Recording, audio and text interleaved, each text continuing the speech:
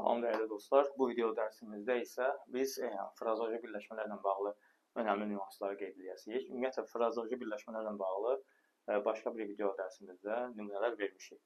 Ancaq indi burada əlavə məlumatlar verəcəyik. Deməli, frazoloji birləşmə bütövlükdə bir leksik vahiddir. Yəni, sintaktik təhlil zamanı tərəfləri ayrılıqda təhlil olunmur.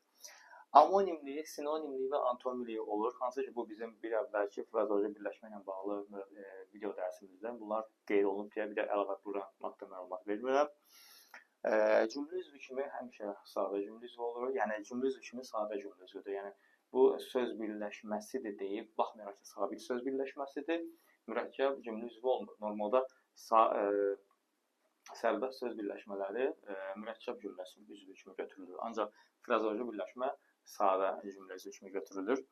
Əsasən cümlədə feili xəbər olur. Amma bəzən digər cümlə üzvləri ola bilər. Məsələn, deyək ki, söz verənlər gəlmədilər. Burada kim söz verənlər mübtəda kimi cümlə üzvü olaraq işlənmişdir.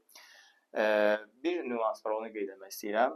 Bil, ol, et, ümumilikdə bu sözlər frazoloji birləşmə kimi işlənmir. Frazoloji birləşmə əmələ gətirilmir. Yəni, üzə bilmək, kömək etmək, dost olmaq və s. Ancaq bəzi cümlələr var ki, orada bu sözlər frazoloji birləşmə əmələ gətirə bilir. Məsələn, ağlı başında olmaq, ağ olmaq, ağzı isti yerdə olmaq, ciyərli olmaq, dili gödək olmaq, ağzına yiyəlik etmək, başa qaxınc etmək, fürsət bilmək, danışığını bilməmək və s.